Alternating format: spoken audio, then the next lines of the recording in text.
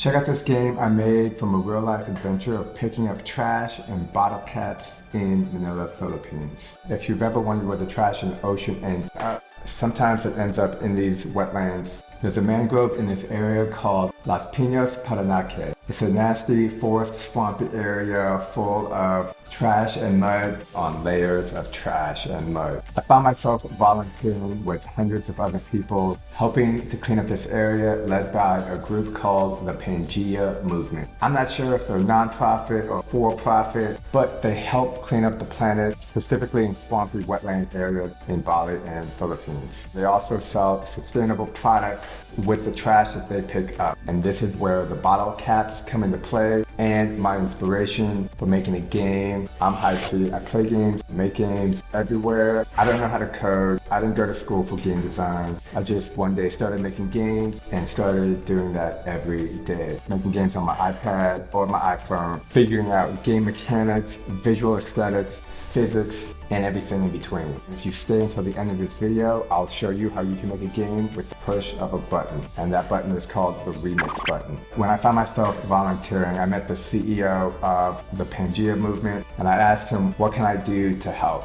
And he told me, look for bottle caps. Why bottle caps? For every 10 bottle caps they collect, they're able to turn that into really expensive sunglasses, making money while cleaning the planet. Seems like a decent business model, but they definitely need volunteers, and that's where me and hundreds of other people came into play. There were specific bags for trash and specific bags for bottle caps. There were hundreds of volunteers helping picking up trash at different time intervals, but most people did not want to look for bottle caps. They were hidden underneath the trash. It wasn't fun, and when you looked around, there was trash everywhere. But I made games, and for me, when there's a choice between the easy way and the hard way, I choose the path that will help me level up the fastest. When you make and play games all the time, how you see and interact with the world might kind of be like a game. If you've ever played a mobile game where you're like cutting the grass or mowing the lawn, there's an element of it being satisfying. When you're mowing the lawn in real life, it's not that fun. You can turn that into a game until the work is done. So that's what I started doing. Like treasure, you have to go find them in the dirt, around the dirt, and they're like this big. So you gotta find something this small, hidden amongst a sea of trash. But I was on a mission, and that mission was bottle caps. Looking for bottle caps is boring, but so is mowing the lawn. And so I did what I do best, make a game out of it. I started scanning the forest, the trees, the rocks, the mud, like the Terminator and John Connor with my bottle caps. And then a funny thing started to happen. All the people around me looking for trash, saw what I was doing, having fun, enjoying the process of looking for these tiny little bottle caps. And then they started helping me. Whenever they saw a bottle cap, they would pick them up and then come over, put it into my trash bag. The bottle caps people were giving me started adding up one after another. Every time me or someone would add a bottle cap, I would count numbers out loud until I got to 10, because 10 is how many it takes to make a pair of sunglasses, and then I would start back at 1. Not only did this process make it more fun for everyone,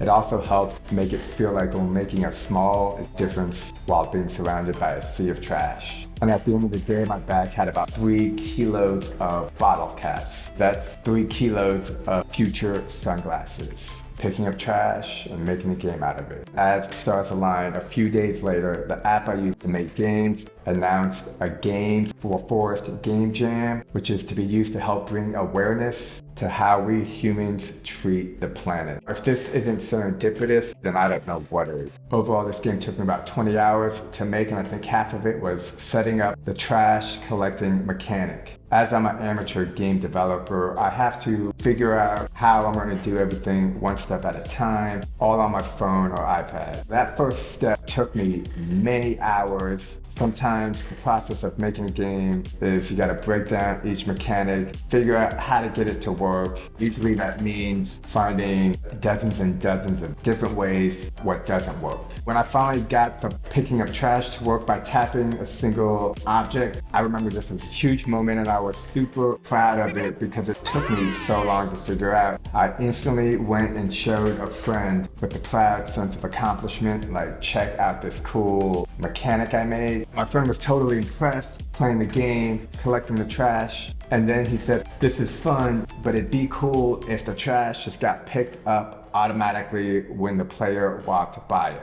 I remember thinking, yeah, that would be cool, but I don't know, I don't know how to do that. I had already spent hours setting this up. Having it work automatically was beyond my comprehending on how to even do something like that. The thing is, feedback is important, even if it's not what you want to hear. And I would later go back and spend days trying to develop this auto trash pick system in the game. To be honest, it was really difficult. I had given up a few times, and each time a couple days went by and I would try to develop the mechanic later. To my surprise, I was able to figure out the mechanic before the end of the game jam deadline. One of the greatest things about making games in hypehype is to get instant feedback. Originally at the start of my game, I would spawn 1,000 trash objects because it would make the bottle caps that much more challenging to find. Here we can see I'm spawning 350 different objects, but because we're on my